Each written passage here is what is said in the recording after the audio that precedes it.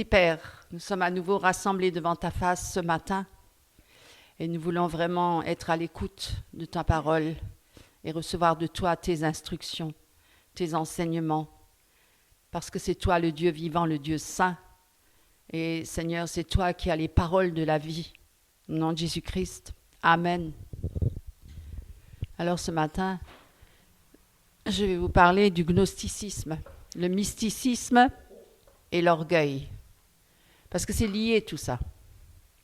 Ce sont les ennemis de la foi véritable, mes chers frères et sœurs.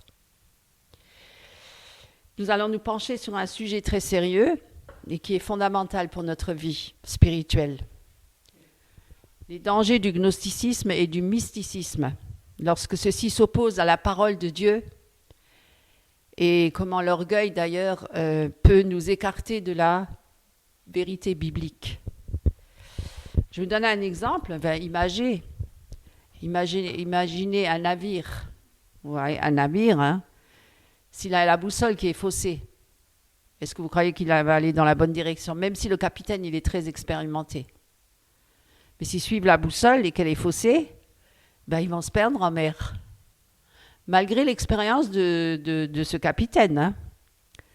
La parole de Dieu est notre boussole. Toute doctrine ou expérience qui s'en éloigne nous met en danger. Voyez ?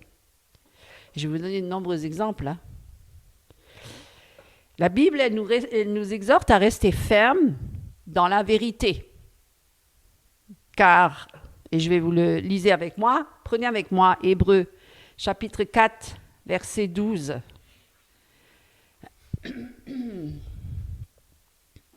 Prenez avec moi. La Bible nous exhorte à rester ferme dans la vérité. Très important, mes chers frères et sœurs. Très important. Même si nous avons beaucoup d'expérience dans notre vie, il faut quand même être fermement attaché à la vérité, à la parole de Dieu. Parce que chacun a sa vérité. Hein. Moi, j'ai ma vérité, tu as ta vérité, le voisin a sa vérité. C'est pour ça que ce serait l'anarchie. N'importe qui ferait n'importe quoi, parce que chacun a sa vérité. Mais là, le Seigneur, Dieu est la vérité. Et vous lisez avec moi, Hébreux chapitre 4, verset 12, « Car la parole de Dieu est vivante et efficace, plus tranchante qu'une épée quelconque à deux tranchants, pénétrante jusqu'à partager âme et esprit, jointure et moelle. Elle juge les sentiments et les pensées du cœur. » Vous voyez, nulle créature n'est cachée devant lui, mais tout est à nu et à découvert aux yeux de celui à qui nous devons rendre compte.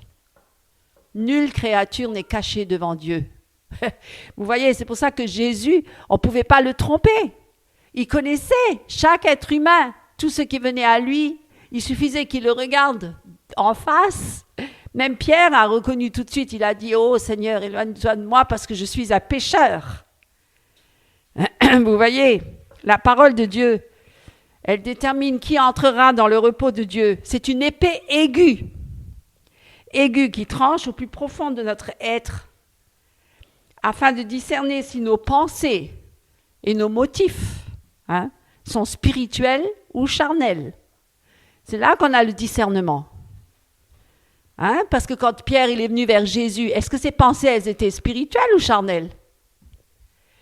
Quand Jésus a dit, il avait expliqué qu'il irait sur la croix, et Pierre il est venu vers lui avec des sentiments purement charnels, diaboliques même, puisqu'il lui a dit, arrière de moi Satan, tes pensées ne viennent pas de Dieu. Ce sont des pensées qui sont purement charnelles, diaboliques. Donc, cette épée aiguë qui tranche au plus profond de notre être, afin de discerner si nos pensées et nos motifs sont spirituels ou charnels. Elle a deux tranchants, qui coupent pour nous sauver et pour nous juger, dignes de la mort éternelle. Par conséquent, notre réponse à la parole de Dieu doit nous amener près de qui? Près de Jésus. Il n'y a que Jésus qui peut être notre sauveur. C'est lui notre Seigneur. Elle doit nous amener près de Jésus, qui est notre souverain sacrificateur. Et pas près des hommes, pas près de Pierre, Jacques, Paul ou qui que ce soit, près de Jésus. C'est lui le grand souverain sacrificateur qui a donné sa vie. Hein? C'est à lui que nous devons nous adresser. Toute doctrine ou expérience qui détourne notre cœur de la parole de Dieu est un ennemi subtil de notre foi. Vous voyez ? Alors, pour comprendre le gnosticisme et le mysticisme, le gnosticisme, c'est une doctrine qui est très ancienne, hein, qui prétend posséder une connaissance supérieure, la gnose, menant au salut. Soi-disant, le gnosticisme, il enseigne souvent que le monde matériel, il est mauvais, que le Dieu de l'Ancien Testament, il est inférieur, et que la rédemption vient par une connaissance secrète, cachée aux yeux des hommes, et non par la foi en Jésus-Christ. Donc ça veut dire qu'il y a un certain cheminement à effectuer, des rituels, des choses, et puis ce n'est pas donné à tous, ça sera seulement une élite, hein, connaissance secrète, qui n'est pas pour tous, hein, qui n'est pas révélée à tous. Cette approche-là, elle est vraiment tout à fait à l'opposé de l'Évangile. Elle est vraiment profondément contraire à l'Évangile. Parce que le salut, il est par la grâce. Il n'est pas par la connaissance. La connaissance enfle. Hein? Ce n'est pas pour une élite qui comprend mieux que quiconque. Hein? Voilà. Moi, j'ai les révélations, toi pas. La Bible est claire. Le salut ne dépend pas de ce que nous savons. Ce n'est pas notre connaissance qui nous sauve. Ce n'est pas notre connaissance. C'est Christ. C'est ce que Christ a accompli. Et il l'a accompli pour tous, petits ou grands.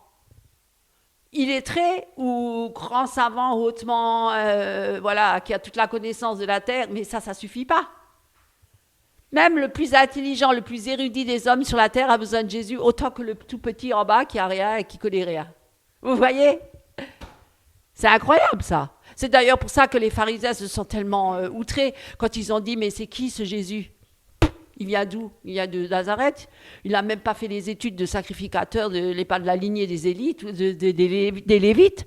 Et les apôtres, ils sortent d'où ? C'était des simples pécheurs. Ils n'avaient pas fait des hautes études de théologie. Et pourtant, Jésus les a choisis. Vous voyez ? Les pensées de Dieu ne sont pas celles des hommes. Hein ? Ce que l'homme, il élève tellement, Dieu n'est pas forcément dans cette optique-là. Hein, les voies de Dieu ne sont pas nos voies. C'est ça.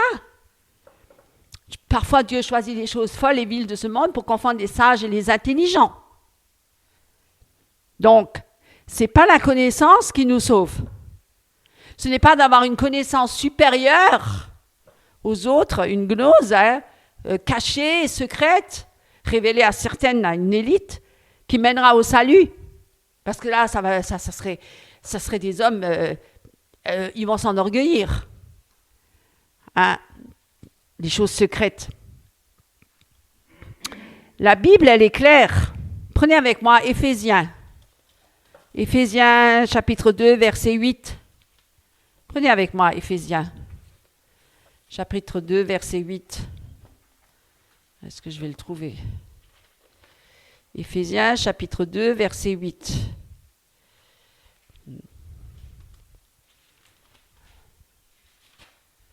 Oui, verset 8. Que lisons-nous ? Que lisons-nous ? Car c'est par la grâce que vous êtes sauvés, par le moyen de la foi. Et cela ne vient pas de vous. Ben vous voyez là, ça ne vient pas de nous. Cela ne vient pas de vous, c'est le don de Dieu, pour que personne ne s'enorgueillisse. Hein.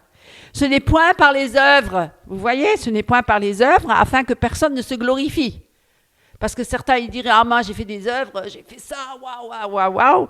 Alors ça veut dire que cette personne-là, elle est devant Dieu, elle est agréée plus que, parce que voilà, afin que personne ne se glorifie.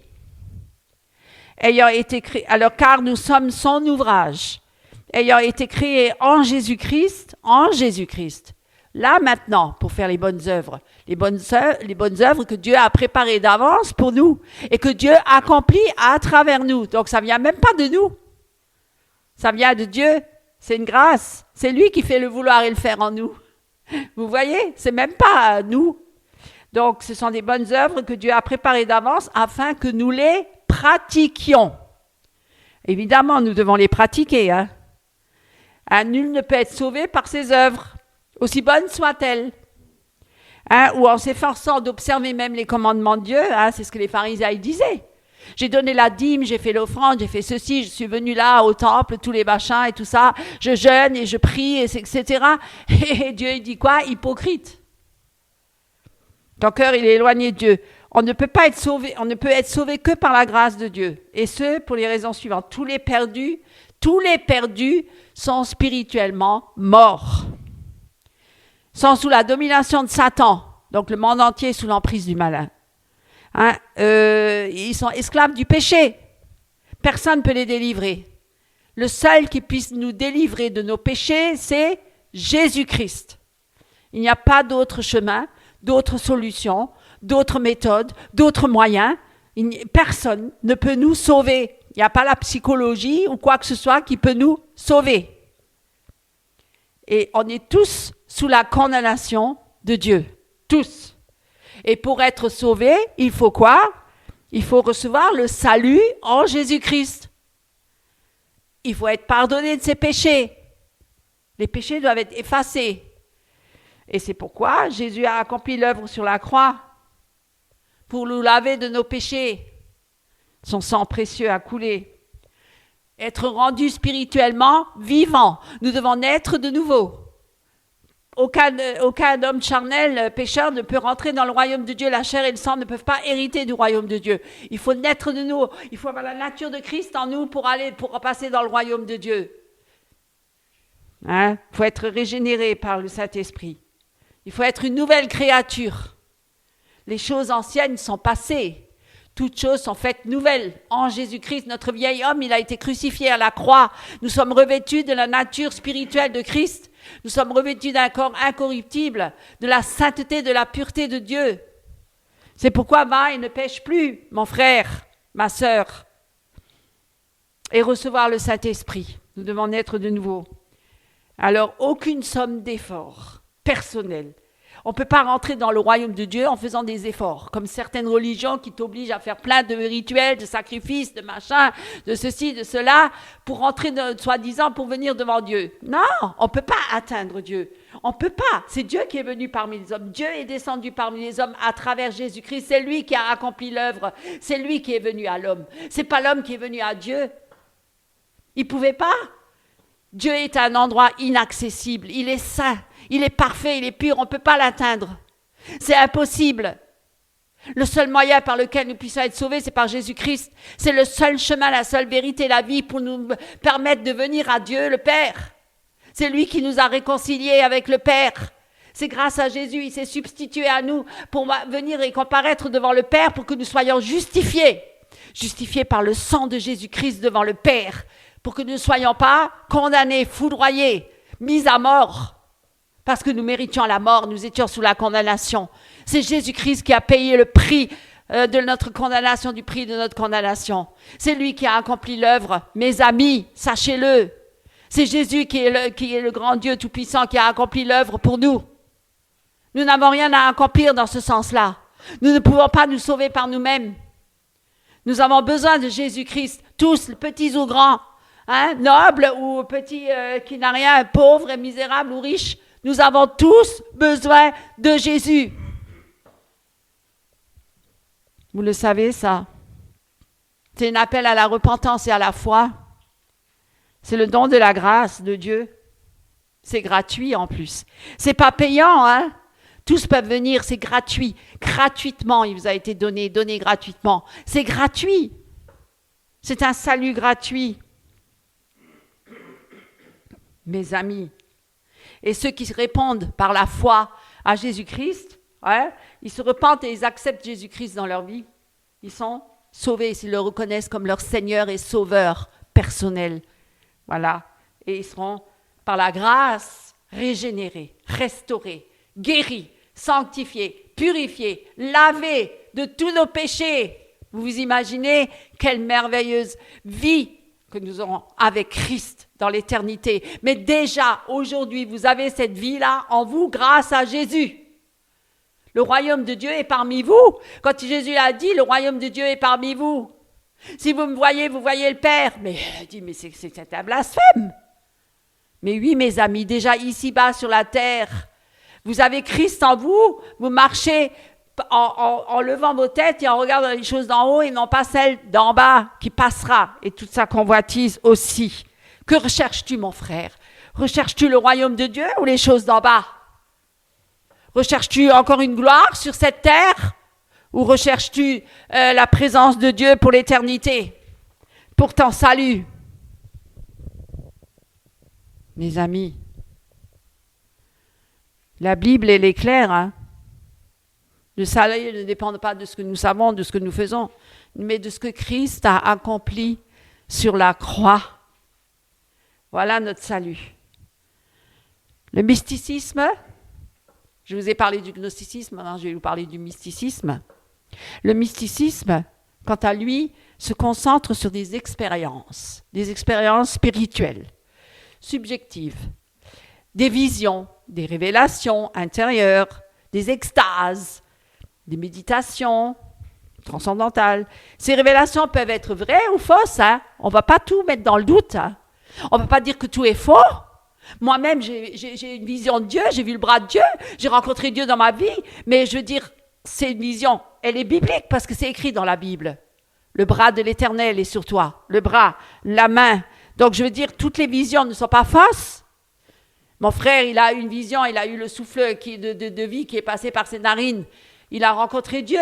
Je veux dire qu'on fait des expériences surnaturelles, spirituelles. Il y a de nombreux témoignages à ce sujet-là. On ne va pas tout rejeter. Hein? On va accepter les choses, mais il faut avoir du discernement. Mais il y a aussi des visions qui sont fausses.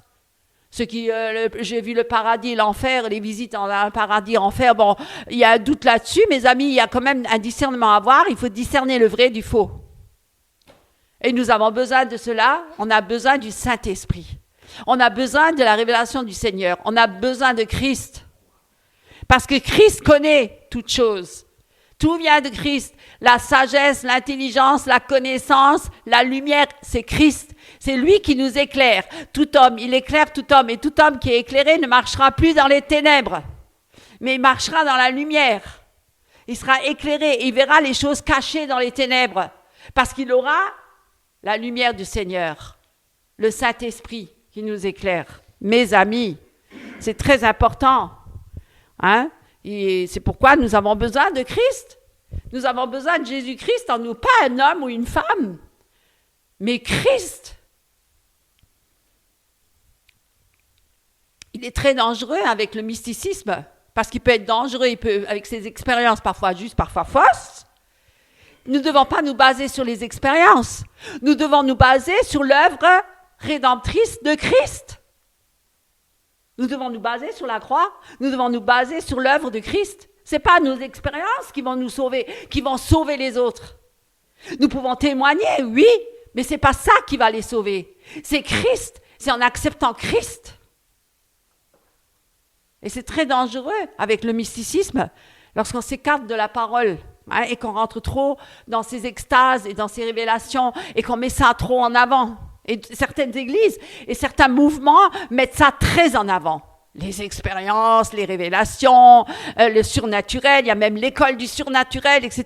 Je veux dire, il ne faut pas aller dans les extrêmes. Il faut rester équilibré. Équilibré. Il ne faut pas sortir de la parole. Il faut rester dans la parole. Toujours la parole. Et il ne faut pas privilégier l'expérience spirituelle à la vérité, l'expérience personnelle à la vérité spirituelle. Jésus a dit, sanctifie-les par ta vérité. Ta parole est la vérité. Vous pouvez lire ça dans Jean, chapitre 17. Prenez avec moi. Jean, chapitre 17, verset 17. Qu'est-ce qu'il dit ? On peut même un peu prendre avant parce que le Seigneur, il pense à nous. Hein? Il prend soin de nous. Hein? Même 13, c'est trop beau, c'est magnifique. Franchement, pour ceux qui sont convertis, nés de nouveau, On ne se rend pas compte de la richesse de la parole. Elle est tellement merveilleuse. Et maintenant, je vais à toi, 13, Jean 17, verset 13. Et maintenant, je vais à toi et je dis ces choses dans le monde, afin qu'ils aient en eux ma joie parfaite. Nous devons nous réjouir. Nous devons être dans la joie parfaite. Je leur ai donné ta parole, merveilleux. Et le monde les a haïs, parce qu'ils ne sont pas du monde. Le Seigneur nous a dit au Père, je prie pour eux, non pas pour que tu les ôtes du monde, mais je prie pour que tu les gardes du malin. Excusez-moi. Donc, ce qui veut dire, Dieu ne nous a jamais dit qu'on devait se mettre dans un endroit isolé, dans un monastère ou quoi que ce soit, pour prier H24 et nous flageller, vivre complètement démunis de tout, ne profiter de rien. C'est pas ça ce que Dieu nous demande. Dieu nous demande, nous ne faisons pas partie du monde, mais que le Seigneur, il prie pour nous, pour que nous soyons gardés de ce monde de folie, de les préserver du mal. Ils ne sont pas du monde, je continue, verset 16, ils ne sont pas du monde comme moi, je ne suis pas du monde. Sanctifie-les par ta vérité. Ta parole est la vérité. Vous voyez? Et Dieu a dit, même comme tu m'as envoyé dans le monde, je les ai aussi envoyés dans le monde. Et je me sanctifie moi-même pour eux, afin qu'eux aussi soient sanctifiés par la vérité. Voilà notre but, mes amis. Vous voyez, Dieu sanctifie-les par ta vérité. Nous devons être sanctifiés par la vérité. Ta parole est la vérité, mes amis. Et donc, ces deux courants-là, le mysticisme, le gnosticisme, ce sont deux courants qui sont des ennemis subtils, car ils séduisent l'orgueil de l'homme, l'orgueil humain. Puisque c'est par la connaissance, soi-disant, et les autres, c'est par les œuvres, vous voyez, c'est par les expériences. Mais ce n'est pas du tout ça. C'est Christ qui doit être glorifié. On doit toujours être centré sur Christ, parce que l'œuvre, c'est Christ qui l'a accomplie. Toujours Jésus. Nous devons toujours avoir le cap sur Jésus et sur rien d'autre. Ta parole est la parole, mais c'est Jésus la parole. La parole, c'est Jésus. Vous voyez? Ces deux courants sont donc des ennemis subtils, car ils séduisent. Ils séduisent l'orgueil de l'homme naturel, l'orgueil de l'homme. Moi, je sais, vous en entendez, moi, je sais mieux que toi. Moi, j'ai vécu ça. Moi, j'ai eu cette expérience. Moi. Moi, je comprends mieux que toi. Moi, je suis plus intelligent que toi. J'ai fait des études, j'ai fait ça. Mais Christ, est-ce qu'il vit en toi? Est-ce que tu marches avec Christ? Est-ce que tu obéis à Christ? C'est ça. Est-ce que tu lui es soumis? Est-ce que tu es dans sa volonté? Est-ce que tu pries? Tu passes du temps avec le Seigneur? Ou tu passes plus de temps dans tes études que d'avoir une communion avec Christ? Bien sûr qu'il faut étudier la parole. Faut pas. Certains ils disent, moi je prie tout le temps, je loue, je parle en langue à longueur de journée, mais il lit jamais la parole. Mais ça va pas non plus. ça va pas. Parce que lui, il vit comme ça. Là. Ça va être ses pensées, ça va être n'importe quoi. Non, il faut être fermement attaché à la parole. Il faut être bien enraciné dans la parole. La Torah, mes amis, comme on dit. Anecdote courte, je vous donne une petite anecdote. J'ai rencontré un croyant qui passait des heures, justement, je le disais à l'instant même, à méditer pour ressentir Dieu. Je médite parce que je veux ressentir Dieu. Je veux que Dieu, il me parle. Je veux que Dieu, mais je sens rien. Mais j'ai déjà entendu des gens comme ça. Mais je sens rien, je sens pas Dieu, il n'est pas présent. Mais comment ça se fait? Mais si Dieu, il est présent, bien sûr. Dieu, il est partout, il est omniprésent, omnipotent, omniscient, il est partout à la fois. Bien sûr que Dieu, il est présent. Ouvre ton cœur à Dieu, mais lis ta parole. Donc, il méditait pendant des heures, il méditait tout ça, il voulait absolument ressentir Dieu, mais il avait pratiquement abandonné la lecture de la Bible.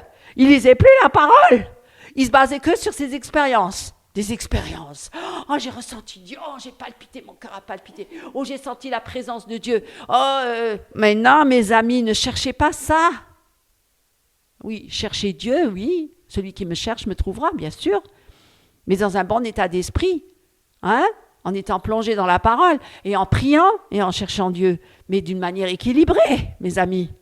Pas dans le mysticisme, pas dans le gnosticisme, pas dans le délire, pas dans les expériences surnaturelles.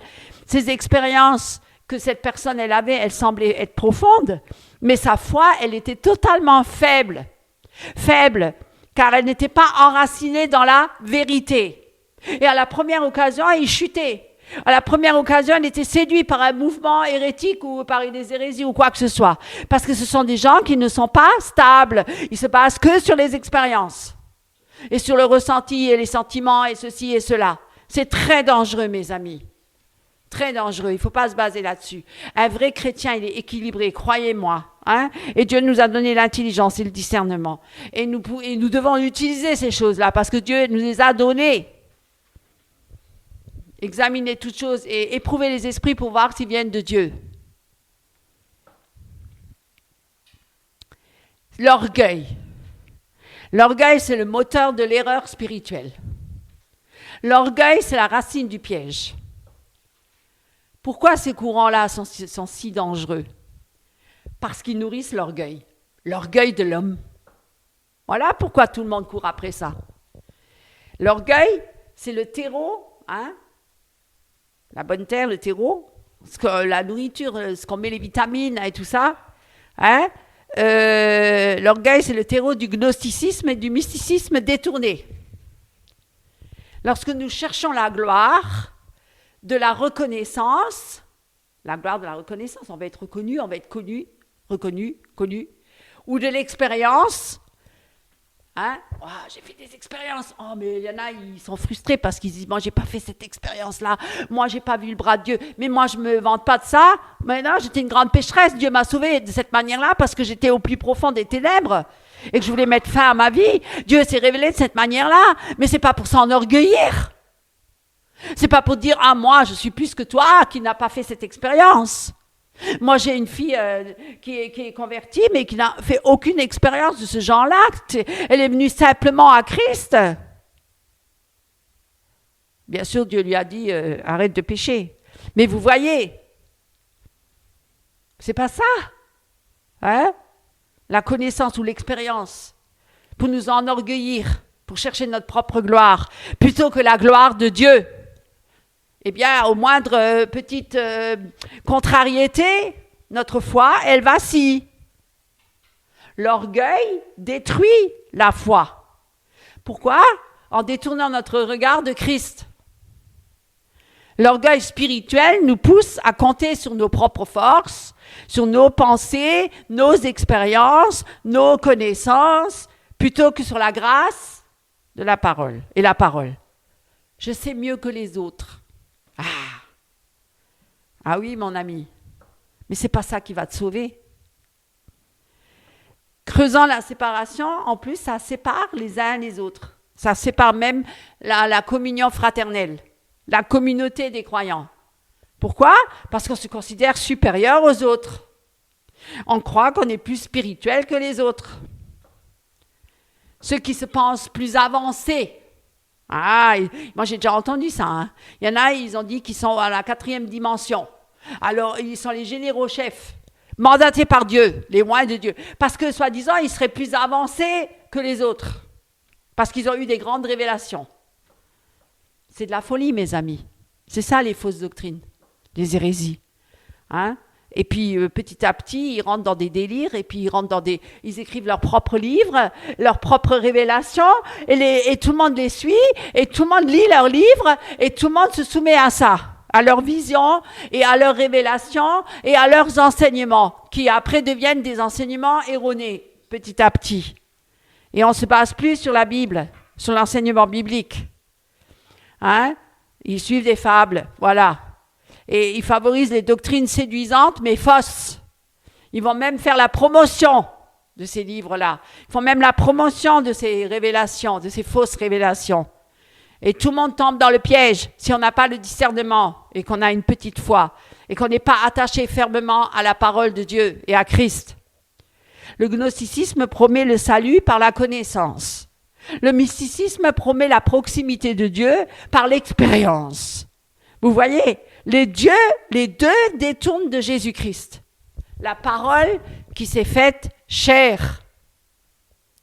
L'apôtre Paul avertit. Lisez avec moi Colossiens chapitre 2, verset 8. Lisez avec moi Colossiens chapitre 2, verset 8. Colossiens chapitre 2, verset 8. Excusez-moi.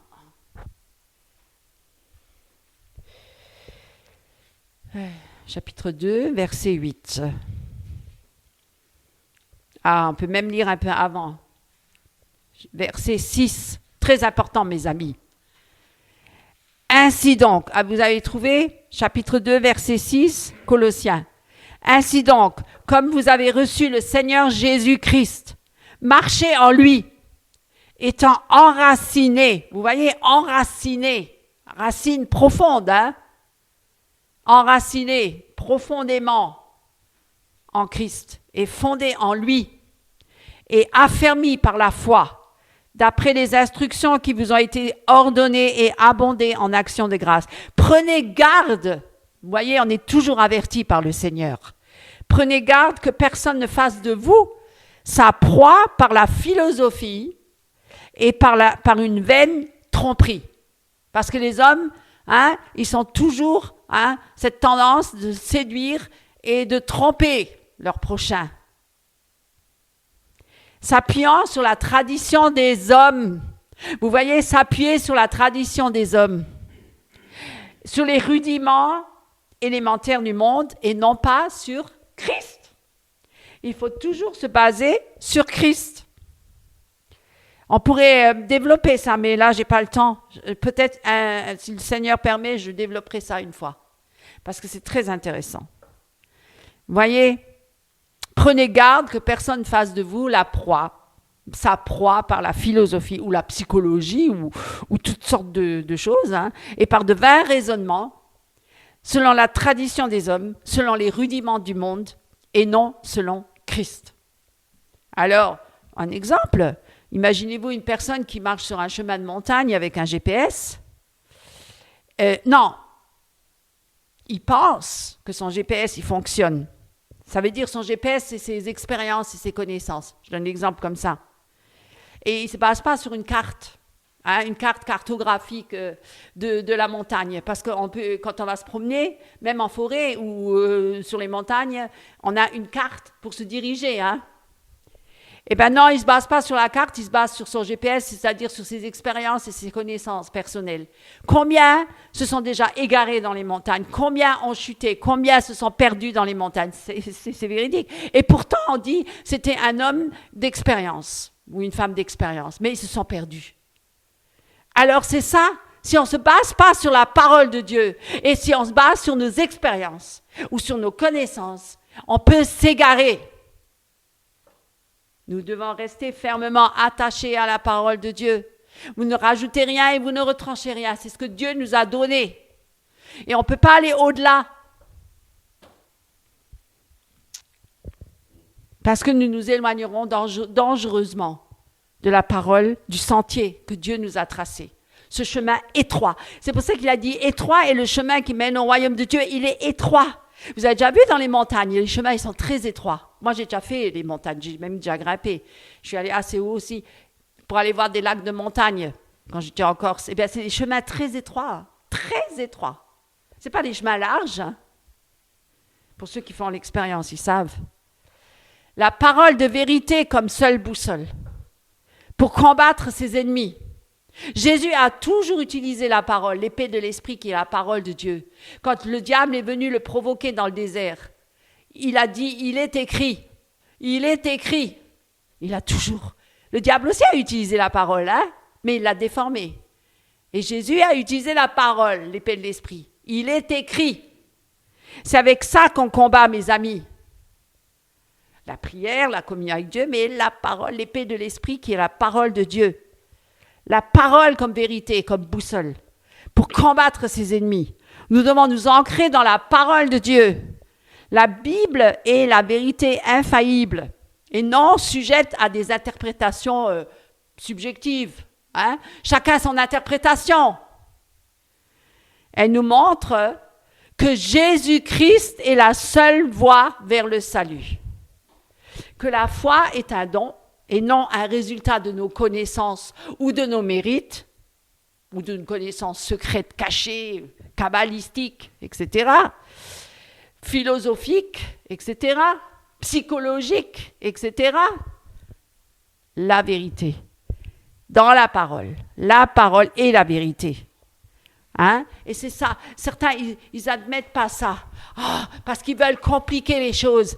Ils veulent que ce soit ésotérique, occulte, caché, pour pas que d'autres, comme d'ailleurs Jésus l'a dit aux pharisiens, vous êtes là, orgueilleux et tout, vous rentrez pas dans le royaume de Dieu et vous empêchez le peuple de rentrer dans le royaume de Dieu.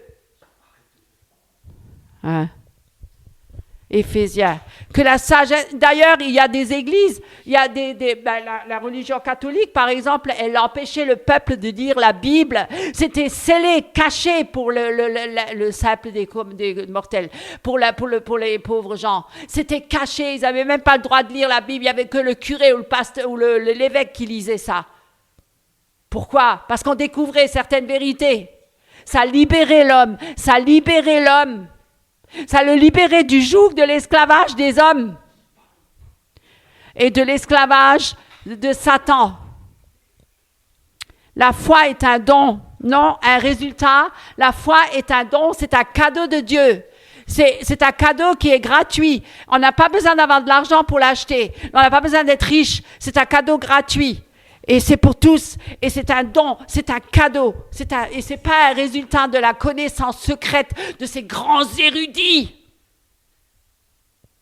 Mes amis, qui est le plus grand des érudits? Qui est le plus grand? C'est Jésus-Christ, mes amis, c'est Jésus. Quand la prostituée, elle a été condamnée par tous, c'était une pauvre femme, ces érudits-là, avec leurs robes, leurs longues robes, venez la juger, la condamner d'après la loi. Les pharisiens. Mais Jésus, il est venu et elle savait qu'elle pouvait venir à lui. Elle savait qu'elle allait être sauvée par lui. Va, ma fille, moi je ne te condamne pas. Tes péchés sont nombreux.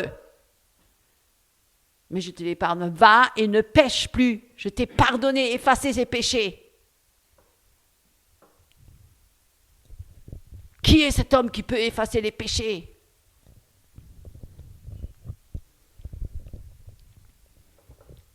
Que la sagesse véritable vient de qui? De Jésus? De personne d'autre? Toute la sagesse, la connaissance, l'intelligence, tout est en Christ et par Christ et pour Christ. Tout lui revient, tout lui revient. Il nous le donne, il le revient. Et ça lui revient parce que toute la gloire, elle revient à Dieu et pas à nous.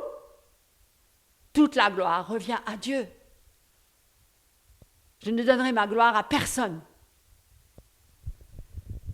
C'est ça le plus important, mes amis. Ainsi, toute expérience mystique ou enseignement gnostique doit passer par le test de la parole. Elle doit être conforme à ce que Dieu a dit, a révélé. Et si ce n'est pas le cas, eh ben c'est une illusion. C'est une illusion dangereuse. Vous devez cultiver la foi, l'humilité et la foi vivante. Cherchez Dieu.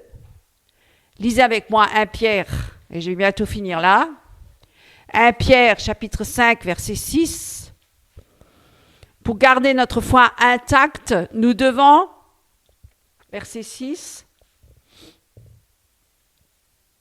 humiliez-vous donc. On peut même lire un peu avant. Revêtez-vous d'humilité, car Dieu résiste aux orgueilleux, mais il fait grâce aux humbles. Humiliez-vous donc sous la puissante main, vous voyez la main de Dieu, elle est là la main de Dieu. Humiliez-vous donc sous la puissante main de Dieu, afin qu'il vous élève au temps convenable. Et déchargez-vous sur lui de tous vos soucis, car lui-même prend soin de vous. Soyez sobres, veillez, votre adversaire le diable rôde comme un lion rugissant, cherchant qui il dévorera. Résistez lui avec une foi ferme, sachant que les mêmes souffrances sont imposées à vos frères dans le monde. Vous voyez, humiliez-vous donc sous la puissante main de Dieu, afin qu'il vous élève au temps convenable. Privilégiez l'obéissance à la parole plutôt que les expériences.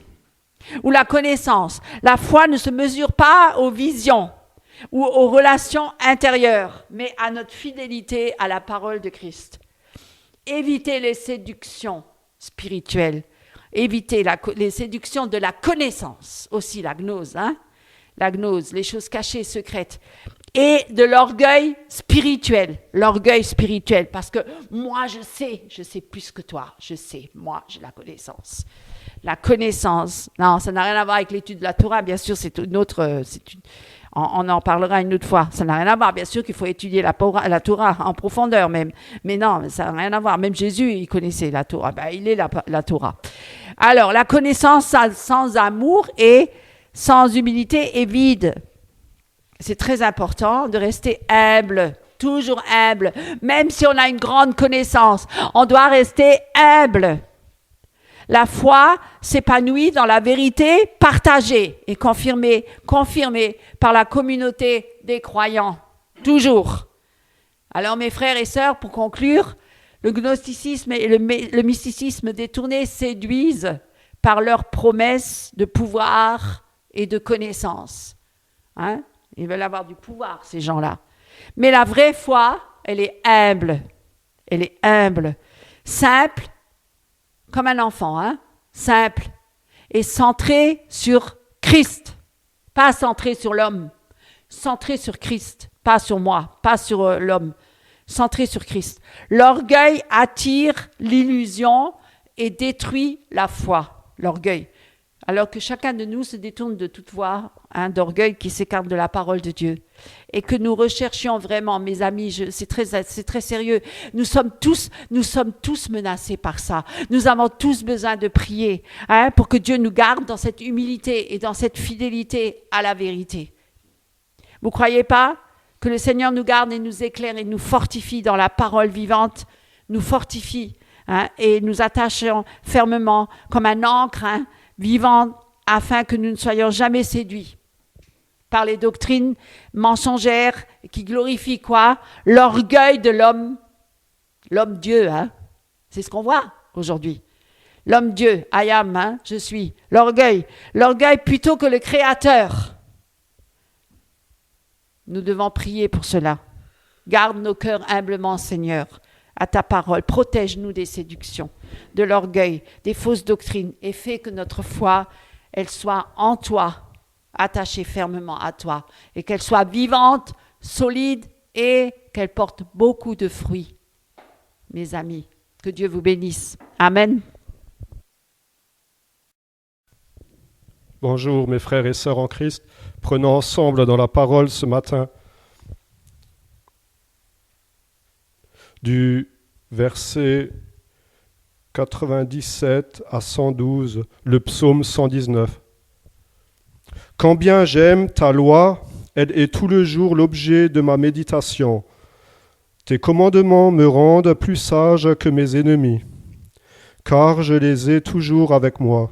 Je suis plus instruit que tous mes maîtres, car tes préceptes sont l'objet de ma méditation. J'ai plus d'intelligence que les vieillards, car j'observe tes ordonnances. Je retiens mon pied loin de tout mauvais chemin, afin de garder ta parole. Je ne m'écarte pas de tes lois, car c'est toi qui m'enseignes. Que tes paroles sont douces à mon palais, plus que le miel à ma bouche. Par tes ordonnances, je deviens intelligent, aussi je hais toute voix de mensonge. Ta parole est une lampe à mes pieds, est une lumière sur mon sentier. Je jure, et je le tiendrai, d'observer les lois de ta justice. Je suis bien humilié. Éternel, rends-moi la vie selon ta parole. Agrée, ô Éternel, les sentiments que ma bouche exprime, et enseigne-moi tes lois. Ma vie est continuellement exposée, et je n'oublie point ta loi. Des méchants me tendent des pièges, et je ne m'égare pas loin de tes ordonnances. Tes préceptes sont pour toujours mon héritage, car ils sont la joie de mon cœur. J'incline mon cœur à pratiquer tes statuts toujours jusqu'à la fin. Je vais encore lire dans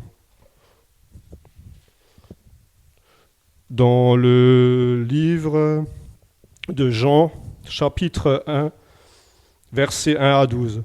Au commencement était la parole, et la parole était avec Dieu, et la parole était Dieu, elle était au commencement avec Dieu.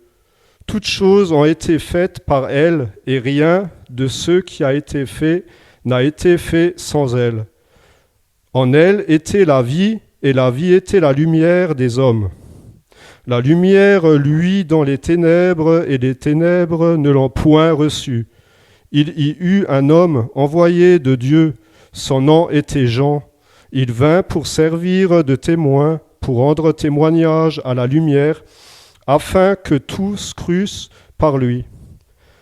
Il n'était pas la lumière, mais il parut pour rendre témoignage à la lumière. Cette lumière était la véritable lumière, qui, en venant dans le monde, éclaire tout homme. Elle était dans le monde, et le monde a été fait par elle, et le monde ne l'a point connue. Elle est venue chez les siens, et les siens ne l'ont point reçue. Mais à tous ceux qui l'ont reçue, à ceux qui croient en son nom, elle a donné le pouvoir de devenir enfants de Dieu. Et je vais m'arrêter là. C'est pas la religion qui sauve, c'est Jésus-Christ qui sauve, la parole de Dieu qui sauve. Et pour finir, je voulais vous dire aussi que c'est la fidélité dans la parole qu'il faut avoir pour que nous soyons agréables à Dieu. Un bon dimanche à tous et soyez bénis. Amen. Frères et sœurs en Christ, chers amis, chers invités, que le Seigneur vous bénisse abondamment. Nous allons aujourd'hui parler de quelque chose qui est plus qu'important dans les temps dans lesquels nous vivons actuellement. C'est de rester éveillé. Rester éveillé, mais aussi de prier. Veiller et prier, nous a enseigné notre Maître, notre Seigneur Jésus-Christ. Alléluia. Comme le soulignait notre frère ce matin, tout à l'heure, la parole de Dieu. Alléluia. Toute écriture est inspirée de Dieu. Et la parole, elle est depuis la Genèse, si on parle en hébreu, on va dire Bereshit, jusqu'à l'Apocalypse. C'est la parole de Dieu. Alléluia. Aujourd'hui, nous allons méditer là-dessus. Surveiller et prier. À cet effet, nous allons dans l'Écriture. Nous allons dans l'Évangile de Matthieu, selon Matthieu, chapitre 26, verset 41. Veillez et priez afin que vous n'entriez pas en tentation. L'esprit est prompt, mais la chair est faible. Très bonne version Darby. Excellente version. Ah oui. Alors, cette parole n'est pas simplement ou seulement un conseil, frères et sœurs. C'est plus qu'un conseil. C'est un avertissement. La parole de Dieu nous avertit. Jésus, qui est la parole de Dieu, nous avertit de veiller et de prier. C'est un avertissement. Il dit veiller et prier. Et dans veiller et prier, il y a deux actions. Il y a effectivement donc aussi deux attitudes à avoir quand on veille et quand on prie. Qu'est-ce que ça veut dire veiller? C'est quoi rester éveillé quand il y a dans le monde, lorsqu'il fête Nouvel An, on reste réveillé toute la nuit. On veille. On reste réveillé toute la nuit. Alors, éveiller, c'est pas seulement ne pas dormir physiquement. C'est pas ça. Quand le Seigneur, notre Maître, nous apprend de veiller, c'est plus profond. Quand Christ nous enseigne de veiller, c'est d'être attentif. Attention, faites attention. Faites attention. C'est au niveau aussi de la conscience. Dieu t'a donné une conscience. Dieu nous a donné une conscience. Et nous a donné une conscience spirituelle. Faites attention spirituellement. Soyez spirituellement réveillés. Car nous n'avons pas à combattre contre la chair et le sang. Nous sommes nés de nous en haut. Nous sommes des enfants de Dieu. Nous devons veiller spirituellement. Spirituellement. Dans la Bible, nous lisons pourquoi devons-nous veiller spirituellement? Nous avons la réponse. Voyez-vous, la réponse, ce n'est pas dans un homme. La réponse, elle est dans la parole de Dieu. Là, c'est là que nous avons les réponses à toutes les questions. Frères et sœurs en Christ. 1 Pierre, chapitre 5, verset 8. Pourquoi devons-nous veiller? Votre adversaire, le diable, comme un lion rugissant, rôde autour de vous. Pourquoi est-ce qu'il rôde? Cherchant qui il pourra dévorer. Cherchant qui il pourra dévorer.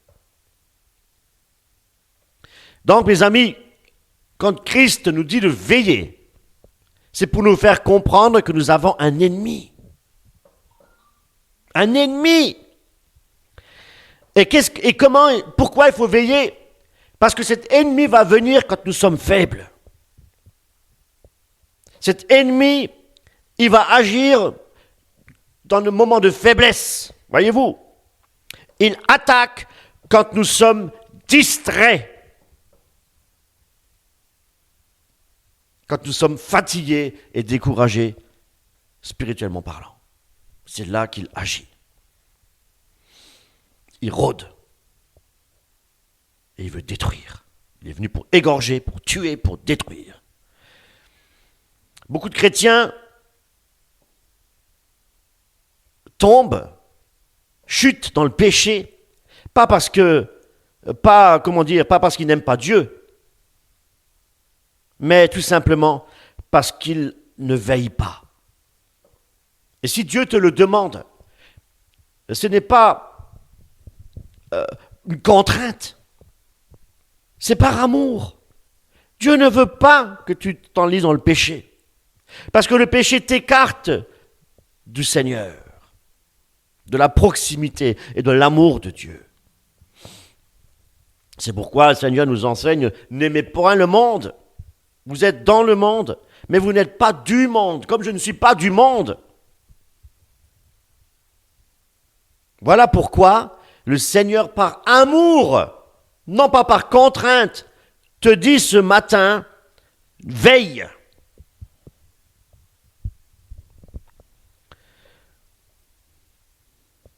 Ne baissons pas la garde, voyez-vous, quand vous voyez deux boxeurs qui s'affrontent, se boxer.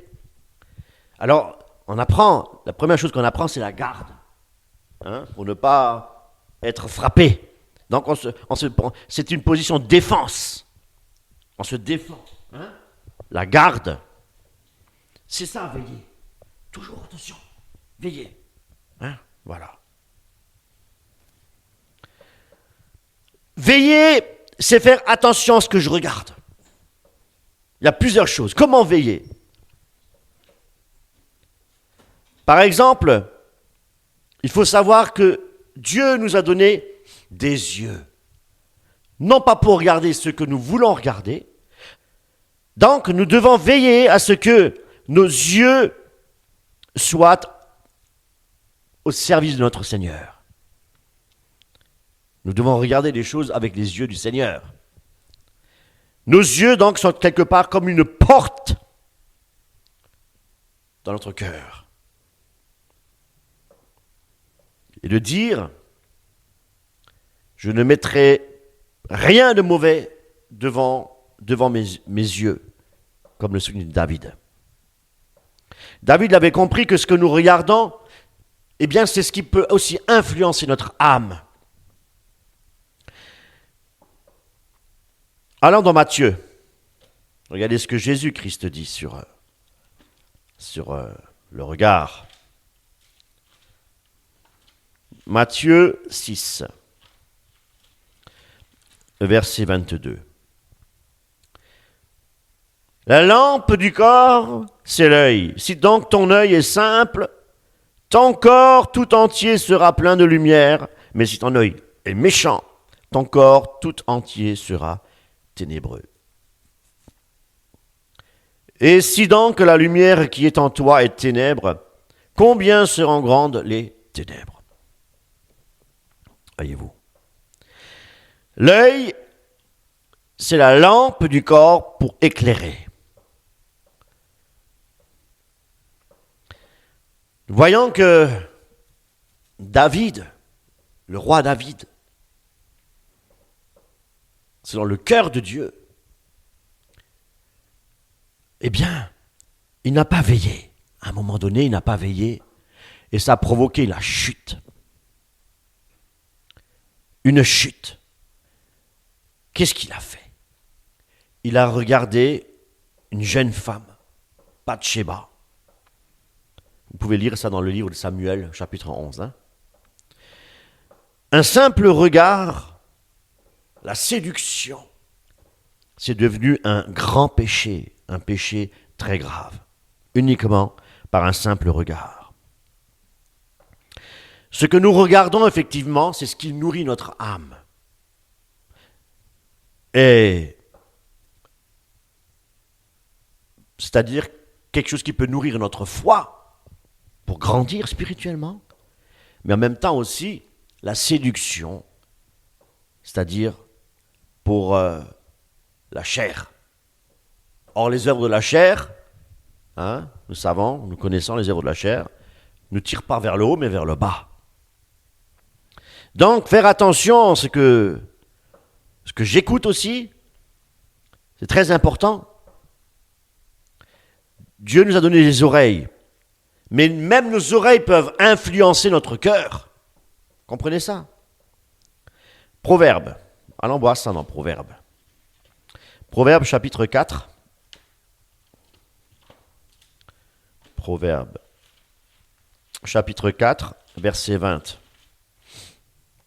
Mon fils, sois attentif à mes paroles, incline ton oreille à mes discours, qu'ils ne s'éloignent point de tes yeux, garde-les au-dedans de ton cœur, car ils sont la vie de ceux qui les trouvent et la santé de toute la chair. Les yeux, les oreilles.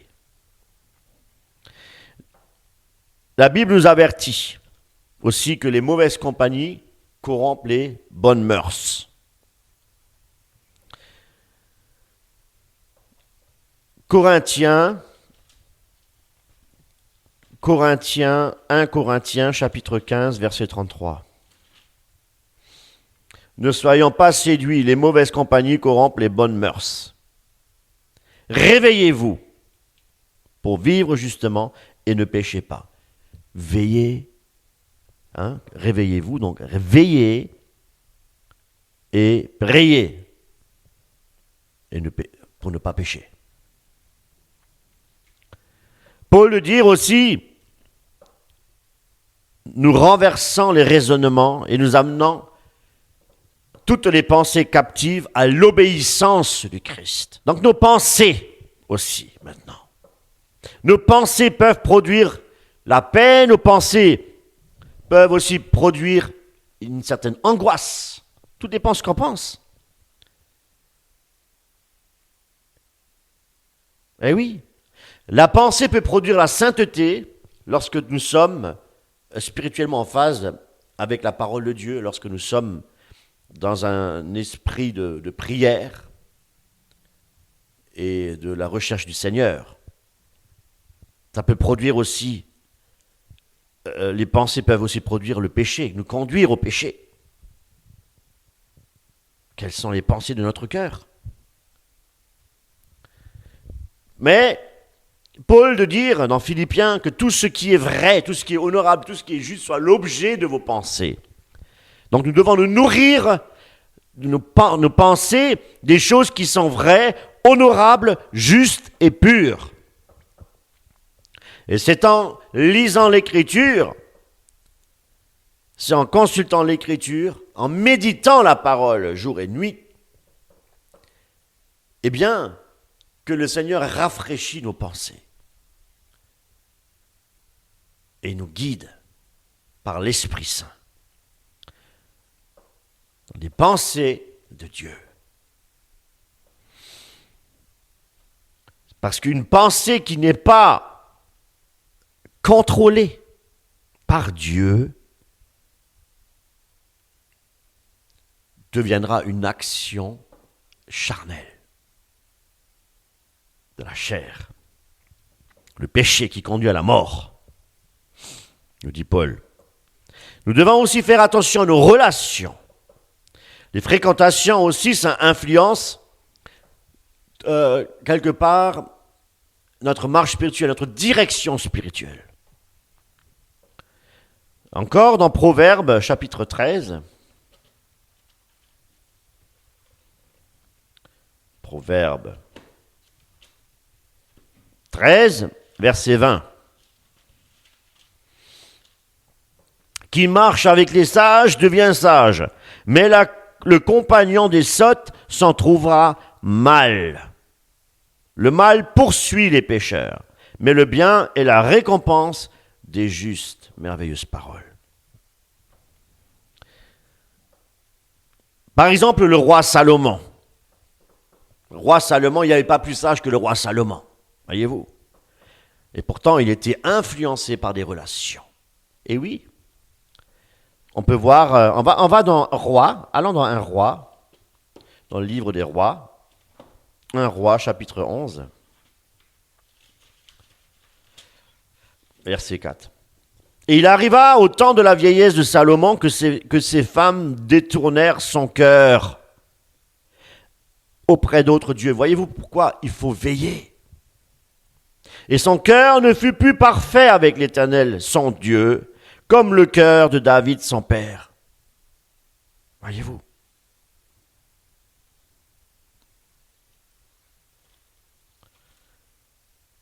Eh bien, ces femmes inclinèrent son cœur pour servir d'autres dieux. Salomon. Même un personnage sage,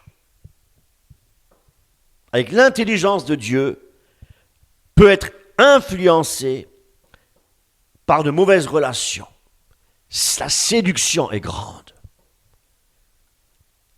S'il est dit que même les élus peuvent être séduits, c'est que la séduction est vraiment grande. Donc, ce qui est important, c'est de nous rapprocher de personnes qui sont, de nous entourer de personnes qui sont vraiment dans la présence de Dieu.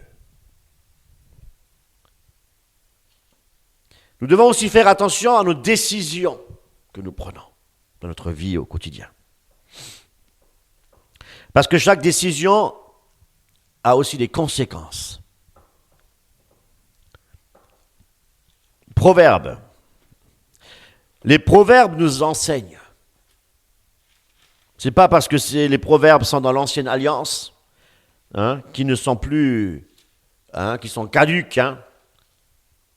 Non. Tout est accompli en Jésus-Christ. Et toute la parole est inspirée de Dieu. Toute l'écriture est inspirée de Dieu. Utile pour convaincre, pour corriger. Proverbe 14, verset 12. Il y a telle voie qui semble droite à un homme, mais des voies de mort en sont la fin. Donc avant de décider, la Bible nous encourage aussi de considérer nos voies. Allons voir dans Proverbe aussi, chapitre 3, verset 5. « Confie-toi de tout ton cœur à l'Éternel et ne t'appuie pas sur ton intelligence. » L'intelligence de Dieu. Appuyons-nous sur l'intelligence de Dieu. S'appuyer sur l'intelligence de Dieu, c'est se confier en Dieu. Et ne pas nous appuyer sur notre intelligence.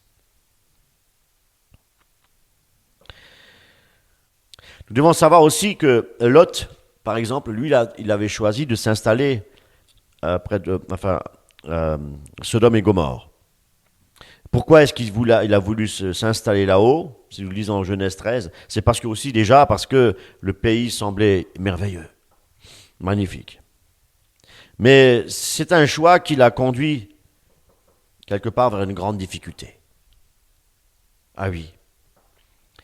Donc, c'est une décision qui était basée sur quelque chose qu'il voyait sur l'apparence. C'est beau, c'est merveilleux.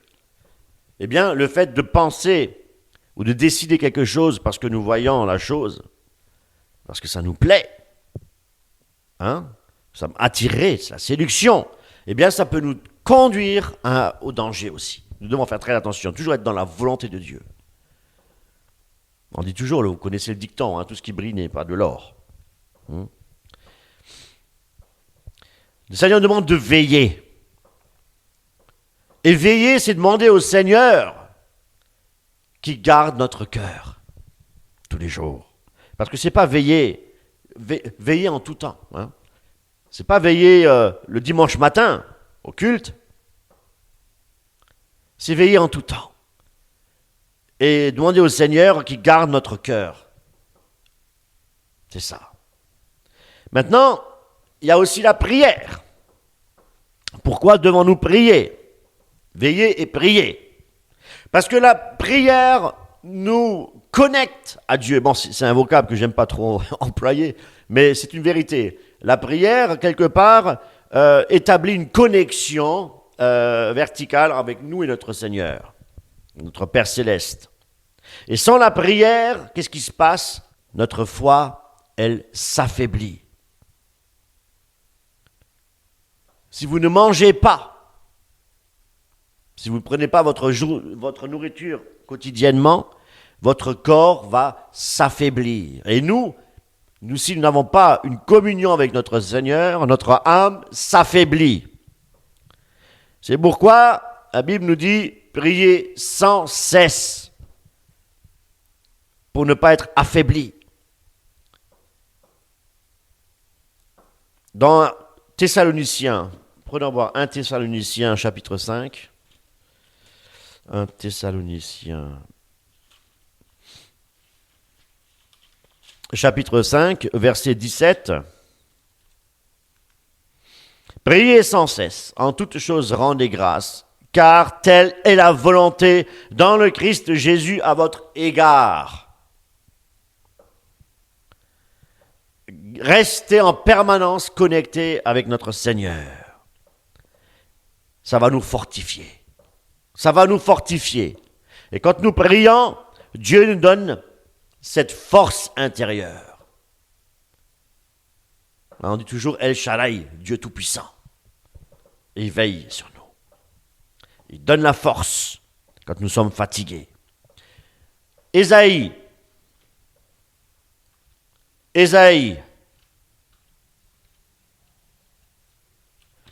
chapitre 40, verset 29.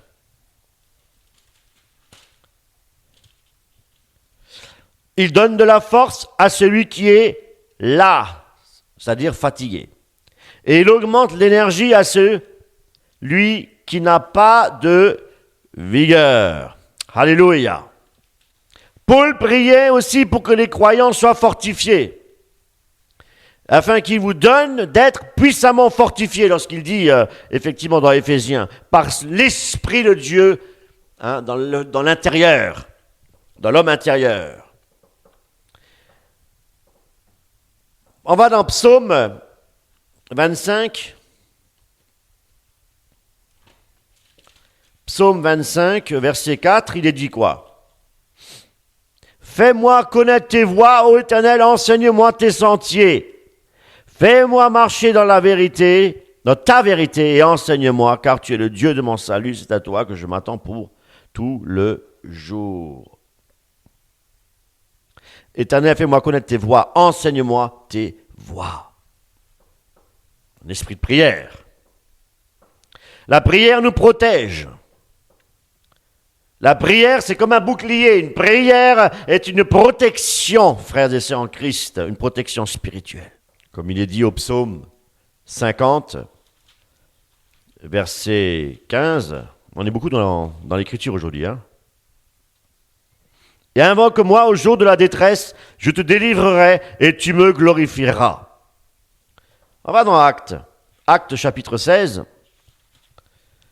au verset 25, il est dit, Or, sur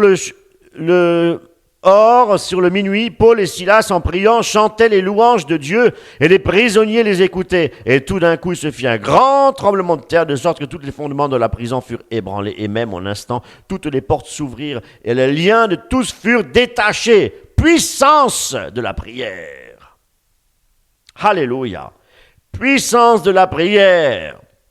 Quand nous prions, Dieu intervient. La prière nous donne la paix. La prière, elle chasse l'inquiétude qui est dans notre cœur. C'est pourquoi Paul de dire, ne vous inquiétez de rien. Parce que Paul, pour lui, nous sommes dans un esprit de prière. Ne vous inquiétez de rien. Mais, comme il dit, dans toutes choses, faites connaître vos besoins à Dieu par des prières. Et la paix de Dieu qui surpasse toute intelligence gardera votre cœur et vos pensées. Quand nous remettons nos soucis à Dieu, il remplit notre cœur de paix. Et pourquoi?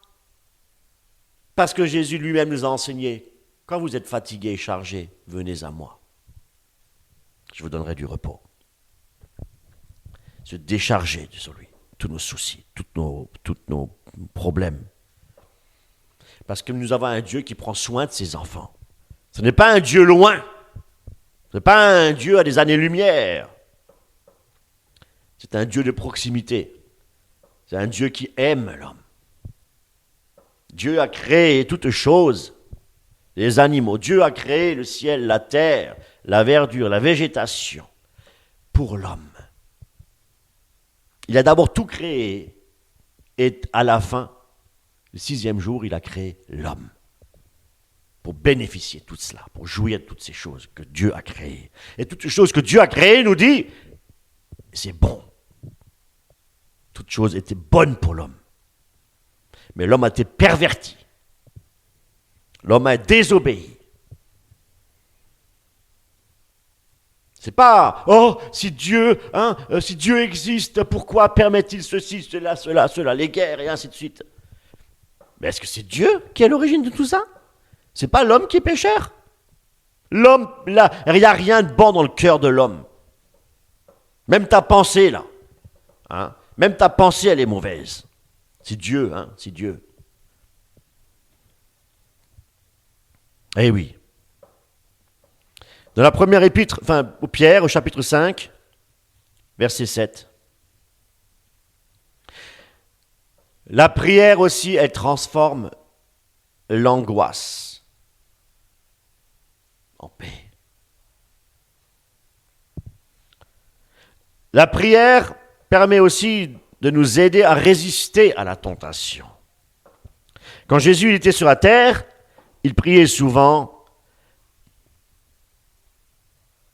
Et nous, alors, plus forte raison devons-nous prier, lorsque nous voulons prendre des décisions. Même Jésus-Christ, il priait tout le temps. Même avant la croix, il priait. Dans le jardin de Gethsémani, il a dit à ses disciples de veiller aussi avec lui. Mais qu'est-ce qu'ils ont fait? Ils n'ont pas veillé. Et quand on ne veille pas, qu'est-ce qui se passe? On s'endort spirituellement. Et c'est ce qui s'est passé. Ils sont endormis. Et pourquoi? Parce que Paul nous dit, la chair est faible. La prière renforce l'esprit. Donc, pour veiller, nous devons prier. Et c'est en priant que notre esprit va être renforcé. Mais il y a aussi le jeûne qui est important. Le danger, justement, de ne pas veiller, nous devenons plus vulnérables.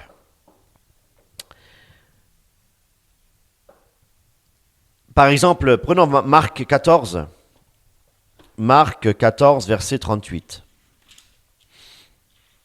Marc 14, verset 38. 38. Veillez, priez, afin que vous n'entriez pas en tentation. L'esprit est prompt, mais la chair est faible. Voyez-vous? Il s'en alla de nouveau et il pria, disant les mêmes paroles. Voilà.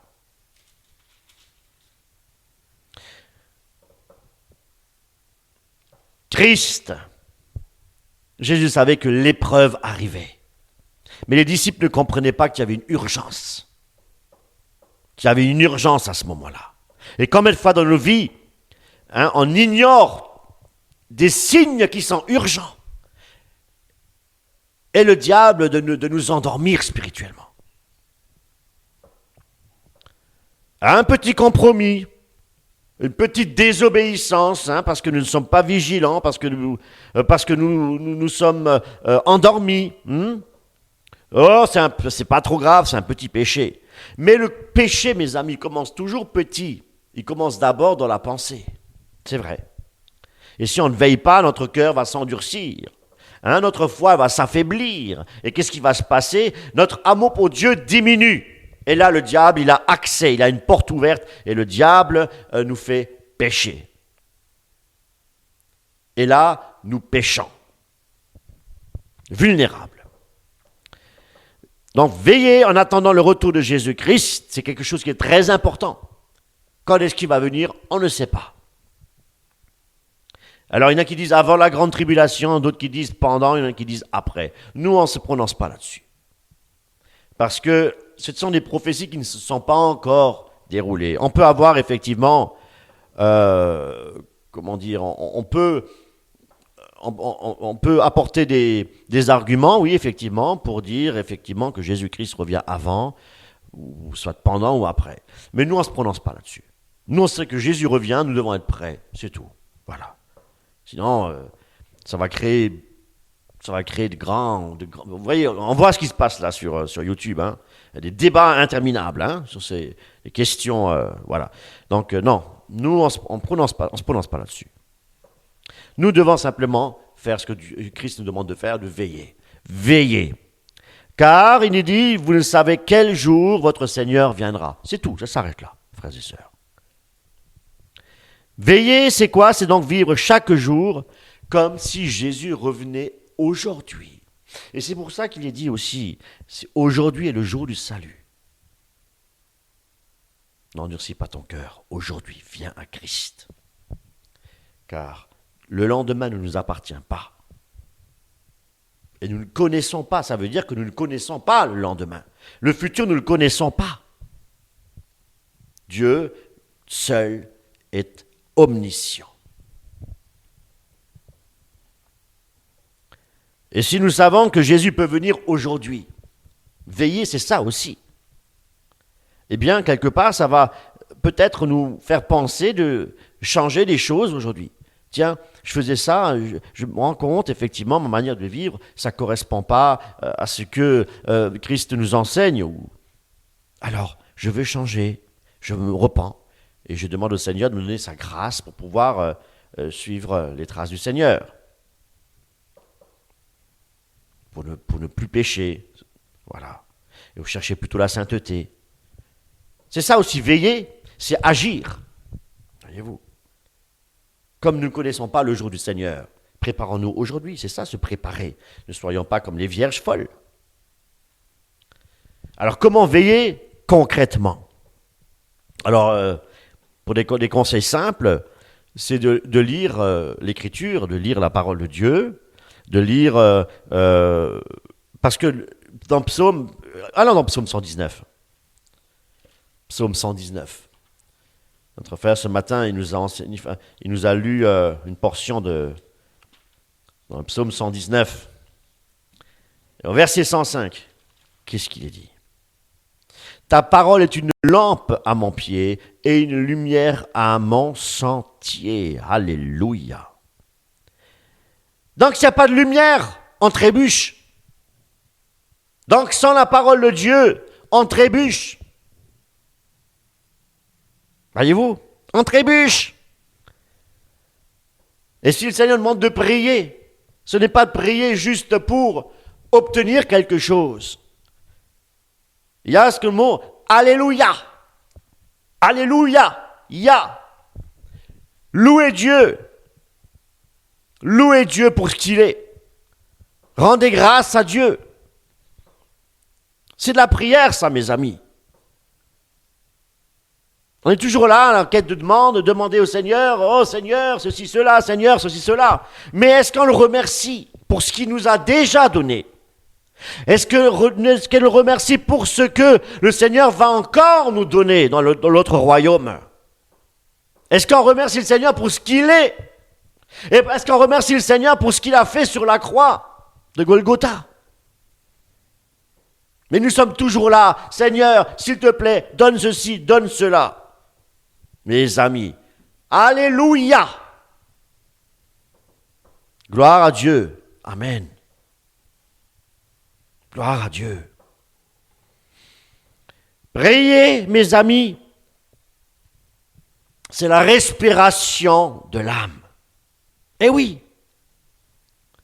Prier aussi pour éviter des situations dangereuses pour notre âme.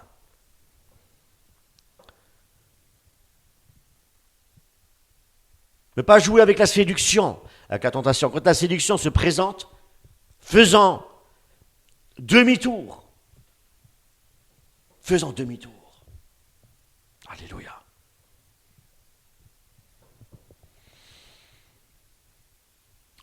La chair est faible, nous dit Jésus-Christ. Jésus a dit, l'esprit est bien disposé, mais la chair est faible. On peut avoir de bonnes intentions. Des bonnes intentions même pour obéir. Mais parfois on tombe. Pierre, jamais je ne réunirai ton nom. Jamais je ferai ça. Pourtant, la chair est faible. Et pourquoi le Seigneur permet cela aussi? C'est pour savoir que nous ne sommes rien.